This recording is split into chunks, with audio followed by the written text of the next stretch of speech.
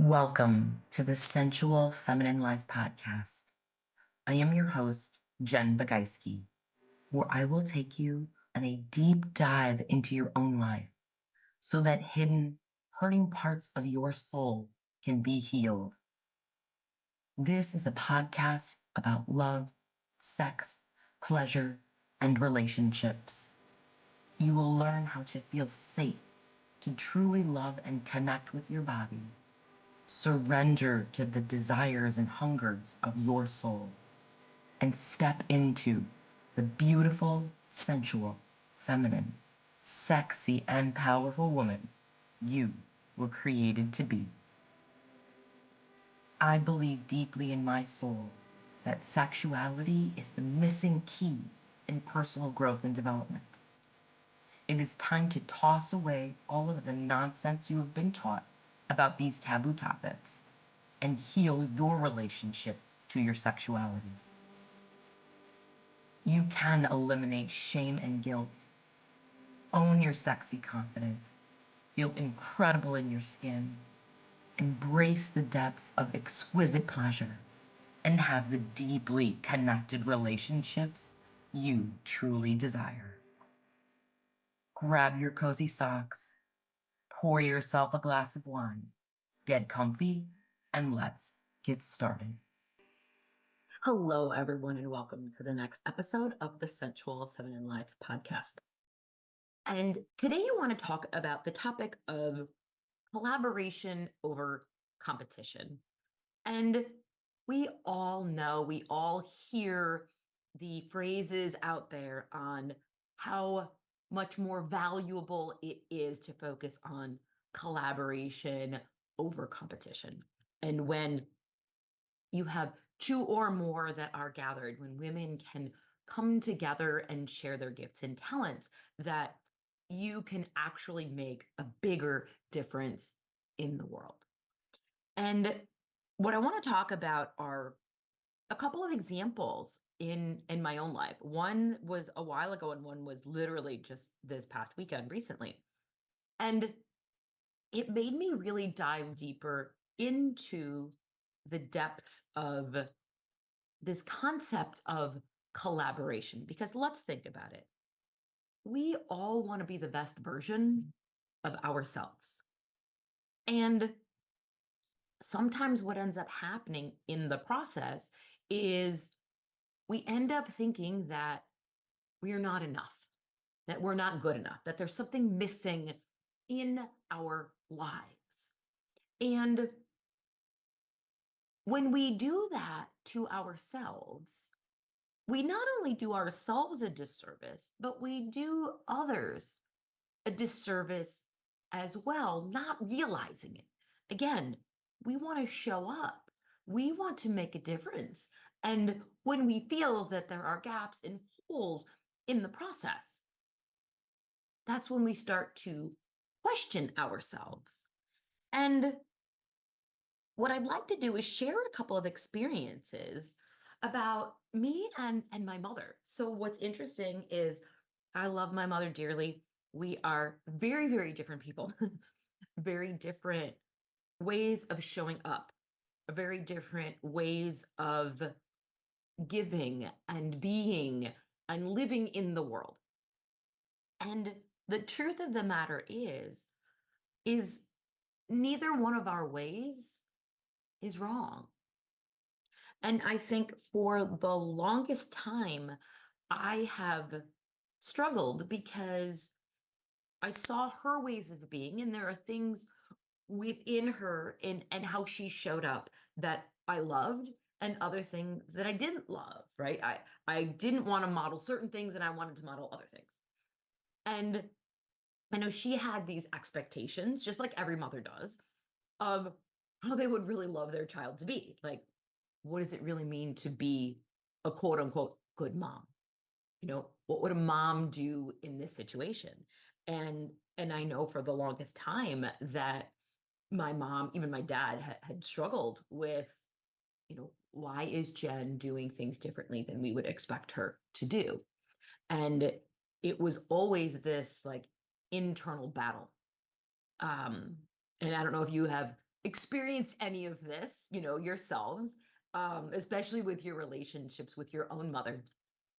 And it really made me question, what does it mean to be a good mother? And the word good mother is what we put our own definition around, right? We create meaning behind what we think the word good mother means. And so what I want to do is go into this story of, times in my life where I felt like I needed to be more than who I was. And the first example I'll use is when we made the decision a few years ago to homeschool one of my older sons, his junior and senior year in high school. And the idea came up, it was spiritually, divinely guided, and asked my mom if she would help homeschool my son. And she said, absolutely yes. And it was the best thing that we could have done for my son. And when I think about it, there were so many things I wanted to do. I'm an academic, I'm a scholar, I love learning, I enjoy reading. My son does not. He learns in a very different way. And my approach and my way of showing up was very different. And I had to kind of back off a little bit and just allow my mom to do things in a way that worked for my son. And I remember one day I had said to her, oh, we should do this like leadership book and ask him life questions and whatever. And she just kind of looked at me. She's like, Jen, that's way too much. Can't do that. And so we agreed to disagree. And then later on that year, she decided she was going to do some life questions with him and stuff. And I kind of let her do her thing. And there was one day I saw some questions that she wrote down for him and how he answered. And I just wept at the kitchen table because my mother did for my son what I couldn't do. In that moment, there was a part of me that felt bad, that I couldn't do that for him, right? Like I'm his mom, but yet I couldn't show up like she did. And of course, one of the first thoughts in my head is, well, what's wrong with me? Right? Like there's this competition feeling, right? Of I have to be the one to do it because I'm the mom. And I remember feeling such gratitude in that moment for my mother, in the collaboration that we created for my son. You see, I may have had the vision for what was needed to create the environment for my son, but yet I didn't have to be the one to do all of the things. Right? She stepped in and did the thing that she was good at. I did the thing that I was good at. And together, it created an amazing environment for my son. And I was reminded of this just the other day when I held a sacred sisterhood flower ceremony. And, one of my very dear friends, Dawn Duffy, who has been a role model and mentor in my life for the last 7 years, recently passed away. And me, my dad, and my mom had all seen her for healing work. And so my mom had a heart for Dawn as well. And when I told her that I wanted to have a sacred sisterhood ceremony, a flower ceremony, she wanted to come. And what's so interesting is, the work that I do with, the divine feminine, like I do a variety of different things. Sometimes I talk about sexuality and sensuality and diving deeper into the body. Other times it's more gentler and it's really just learning how to connect with the truth of who you are. And then here was this ceremony I'm talking about, honoring women and flowers. And she was so intrigued and was like, I know Dawn did flower ceremonies. And she's like, and I want to come. And so as we're in ceremony, um, I start off the ceremony in a different way than had planned. And I always know that when I run events, like sometimes things happen differently than expected. And I intuitively go with the flow. And I decided to pick cards for everyone. So we did goddess cards. And then I took all the cards and made them into a circle in the center of the room. And then all of a sudden, my mom goes, oh, wait a minute. She goes, I just remembered, I thought of something. And she brought the mass card of Dawn and gave it to me so that it could be part of the ceremony. And I was welled up with tears. And I just felt this tremendous amount of gratitude and this healing that I can't even describe in words. And I took the mass card with Dawn's photo and flowers all around it and put it in the center of the circle around the other cards.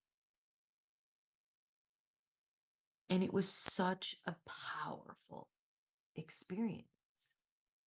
And the reason that I share this is because I kept telling the story of Dawn and how she introduced me to flower ceremonies, that I wanted to honor her and to continue the legacy of this beautiful spiritual work. And while the vision was there and she was a part of it, etc., at no point did I think to myself, let me go get her mass card and have it be a part of the ceremony. But yet my mother did. And as we were in ceremony and reflecting in some of the quiet time, I was just in such awe and gratitude at the collaboration. Like the old me would have felt bad and went, oh my God, what's wrong with me? Why didn't I think of that? Right? Why didn't I think of getting the mass card and having it be a part of the ceremony? I just immediately came to gratitude and was so happy that my mom said yes. Since she's never been to any of my things really in the past, having her come to this was really special. And the fact that not only was she there, but she really helped create the sacredness and the intimacy and the beauty of the experience. And then as we then created the flower mandala, like all I kept envisioning was this being the epitome of collaboration and us as women working together and owning each other's gifts and talents, owning the gifts that we each bring to the table, which is something different. None of us can do everything, but together we can. when we don't feel like we have to have the world on our shoulders, that we have to be the person who has not just the vision, but all of the ideas and all of the executions as a part of it.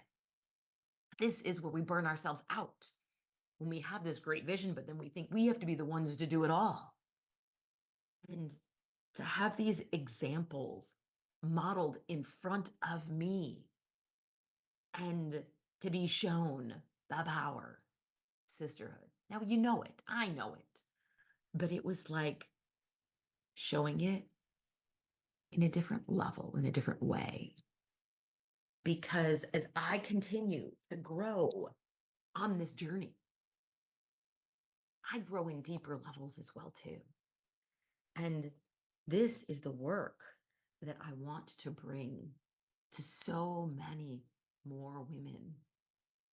The more that you work on yourself and own your self-worth, your value, your self-love, which is so much deeper than many of us realize. It seems easy to say, love yourself, know that you're good enough, know that you're worthy. We know that. But it takes unpeeling of the layers to get to that place where we can feel that, where we can show up as love, we can allow others to show up as love. And then when you bring love together, you just emanate more and more love. And in this world where there is so much competition of people wanting to succeed, what I see is women coming together and owning their own value and worth. When you can own your own value and worth, you can then begin to see the value and worth of others and what they bring to the table and how you can marry all of that together. And to not be jealous of someone else's gifts that you don't have, but to honor the gifts that someone else has and to show how you can bring those to the table to create so much more for so many others. And if you are someone who continues to want to dive deeper into this journey of self-love and self-worth and collaboration over competition so you can be the best version of yourself, I invite you to keep listening to these podcasts, to reach out for a private call. I am more than happy to talk with you if you are ready to say yes, to dive deeper into this journey of yours. I also have freedom dance experiences that are going to be rolling out this month. I'm super excited about. They're virtual. They will give you the opportunity to really focus on being in your body and using embodiment as self-empowerment. So stay tuned for monthly dances. This next one is going to be on Tuesday, March 19th. And I'll include a link in the show notes. But I would love if you could share this message with someone else, someone that you care about, to write a comment or a review if you've liked what you've heard, and or reach out for additional support on your own journey, because what I have realized over the years in doing this work is we're not here to do it alone. We can't do it alone. When we try to do it alone, we carry the weight of the world on our shoulders. And if you can learn how to claim the gifts that are yours and collaborate with other women, we as a community can change and transform not ourselves, not just our children and future generations, but many generations in the world to come. Thank you so much for listening to the Sensual Feminine Life podcast. I'm your host, Jen Bogaiski. If you have enjoyed what you heard today, be sure to hit the follow button so you don't miss future episodes. And leave a review to help reach other passionate women like you know they are not alone in this journey to experiencing thriving relationships, exquisite pleasure, and sexy confidence. If you have felt a calling to take this work to a deeper level, this is your sacred invitation to join my free Facebook group, Essential Feminine Life, or schedule a heart-to-heart with me to learn more about how you can take this work to the next level and say yes to your pleasure and your desire.